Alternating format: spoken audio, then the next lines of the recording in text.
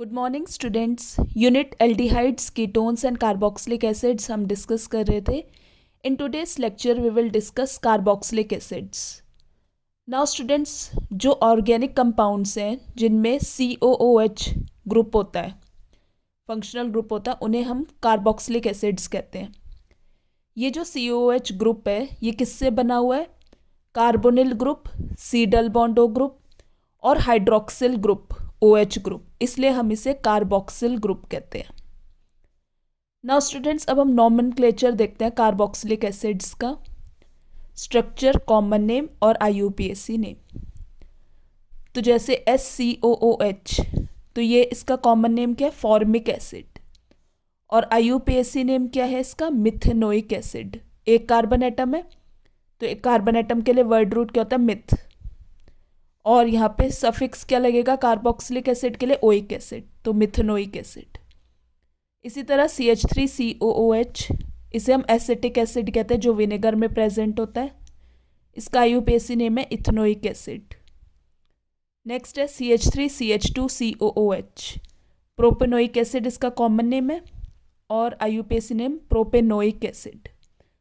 CH3CH2CH2COOH butyric acid है common name और IUPAC name है इसका butanoic acid. CH3 whole twice CHCOOH, तो ये क्या है? आइसोब्यूटायरिक एसिड। IUPAC नेम है इसका two methyl propanoic acid. COOH bond COOH, ये ऑक्सैलिक एसिड है जो टमाटोज में प्रेजेंट होता है और इसका IUPAC नेम क्या है? Ethane dioic acid. COOH CH2COOH, यह है मेलोनिक एसिड कॉमन नेम और IUPAC नेम है propane dioic acid. 3 carbon atom के लिए प्रोपेन और 2 COOH ग्रुप लगे तो dioic acid. COOH bracket CH2 whole twice COOH, ये सक्सेनिक एसिड है, ब्यूटेन डाइओइक एसिड इसका IUPAC नेम। नाउ स्टूडेंट्स, इसी तरह यहाँ पे हमारे पास और है, यहाँ पे COOH CH2 whole thrice COOH glutaric acid, इसका IUPAC नेम है pentane dioic acid. COOH CH2 whole की पावर 4 COH, ये एडिपिक एसिड है कॉमन नेम और IUPAC नेम है हेक्सेन डाइओइक एसिड। इसी तरह C6H5 CH double bond CS COOH, ये सिनामिक एसिड है। 3-फिनाइल प्रोपेन प्रोप-2-ईन ओइक एसिड। 3 क्या है? ये फिनाइल है और फिर 3 कार्बन एटम के लिए प्रोप, डबल बॉन्ड 2 पोजीशन पे, तो 2-ईन ओइक एसिड या 1 oic acid. Structure of carboxyl group अब हम देखते हैं। कार्बोक्सिलिक एसिड्स में जो बॉन्ड जो है कार्बोक्सिल कार्बन का, वो लाई करता है एक प्लेन में और they are separated by 120 degree. ये जो कार्बोक्सिलिक कार्बन है वो लेस इलेक्ट्रोफिलिक है क्योंकि यहाँ पे रेजोनेंस की वजह से इस तरह से रेजोनेंस हो रहा है। ऑक्सीजन अपनी तरफ यहाँ पे इलेक्ट्रॉन खींच रहा है, यहाँ पे क्या आ जाएगा? नेगेटिव चार्ज आ जाएगा। इसी तरह फिर यहाँ पे कार्बन पे पॉजिटिव चार्ज आ जाएगा, फिर ये इलेक्ट्रॉन यहाँ पे जाएगा डबल बॉन्ड और फिर ऑक्सीजन पे यहाँ पे पॉजिटिव चार्ज आ जाएगा। तो रेजोनेंस की वजह से जो कार्बन है वो लेस इलेक्ट्रोफिलिक है than carbonyl carbon. Methods of preparation अब हम डिस्कस करते हैं। पहला मेथड है from alkyl alcohol, from primary alcohol and aldehydes. तो हमें पता है कि अब पीछे भी हमने डिस्कस किया था कि 1 डिग्री अल्कोहल यानी प्राइमरी अल्कोहल का अगर ऑक्सीडेशन करें विद स्ट्रॉन्ग ऑक्सीडाइजिंग एजेंट से तो हमें कार्बोक्सिलिक एसिड मिलता है। इस तरह से इथेनॉल का हमने KMnO4/KOH, हमारे को क्या मिले? Ethanoic acid. तो प्राइमरी अल्कोहल रेडली ऑक्सीडाइज्ड हो जाएंगे to the carboxylic acid. Common oxidizing agent strong oxidizing agent है potassium permanganate in neutral acidic और अल्कलाइन मीडिया और by potassium dichromate in acidic medium या फिर chromium trioxide CrO3-H2SO4 in acidic medium, जिसे हम Johns Regent कहते हैं। तो क्या स्ट्रॉन्ग ऑक्सीडाइजिंग एजेंट है जहाँ पे प्राइमरी अल्कोहल ऑक्सीडाइज होकर कार्बोक्सिलिक एसिड में हो जाता है।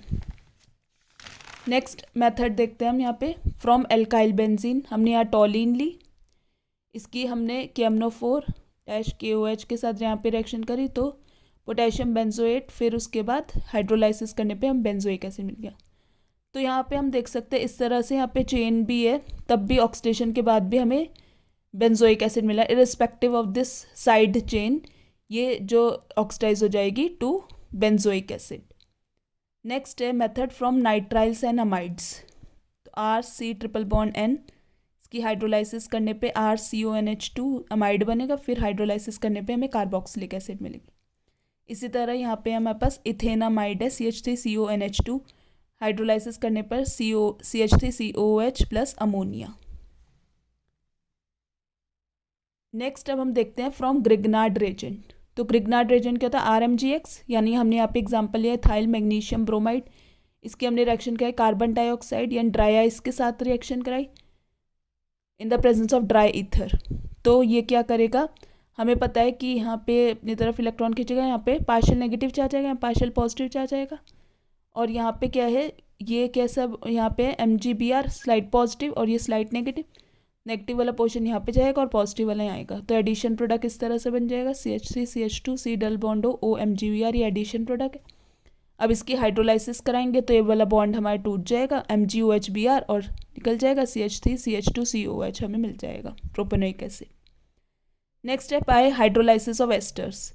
तो एस्टिक हाइड्रोलाइसिस एस्टर्स की वो डायरेक्टली कार्बोक्सिलिक एसिड देते हैं, लेकिन जो बेसिक हाइड्रोलाइसिस के वो कार्बोक्सिलेट्स देंगे which on acidification gives corresponding carboxylic acid. तो इसी तरह ये एस्टर है हमारे, इसका हाइड्रोलाइसिस करने पे बेंजोइक एसिड प्लस इथेनॉल हमें यहाँ पे मिल गया। नेक्स्ट अब हम देखते हैं यहाँ पे एक और एग्जांपल इथाइल ब्यूटेनोएट। इसकी हमने एल्कलाइन हाइड्रोलाइसिस कराई तो हमारे को कार्बोक्सिलेट्स मिल गया प्लस C2H5OH, फिर इसकी हाइड्रोलाइसिस करने पे ब्यूटेनोइक एसिड मिल गया, सॉल्ट ऑफ दिस। और इसके बाद फिर हमने हाइड्रोलाइसिस करने पे ब्यूटेनोइक एसिड।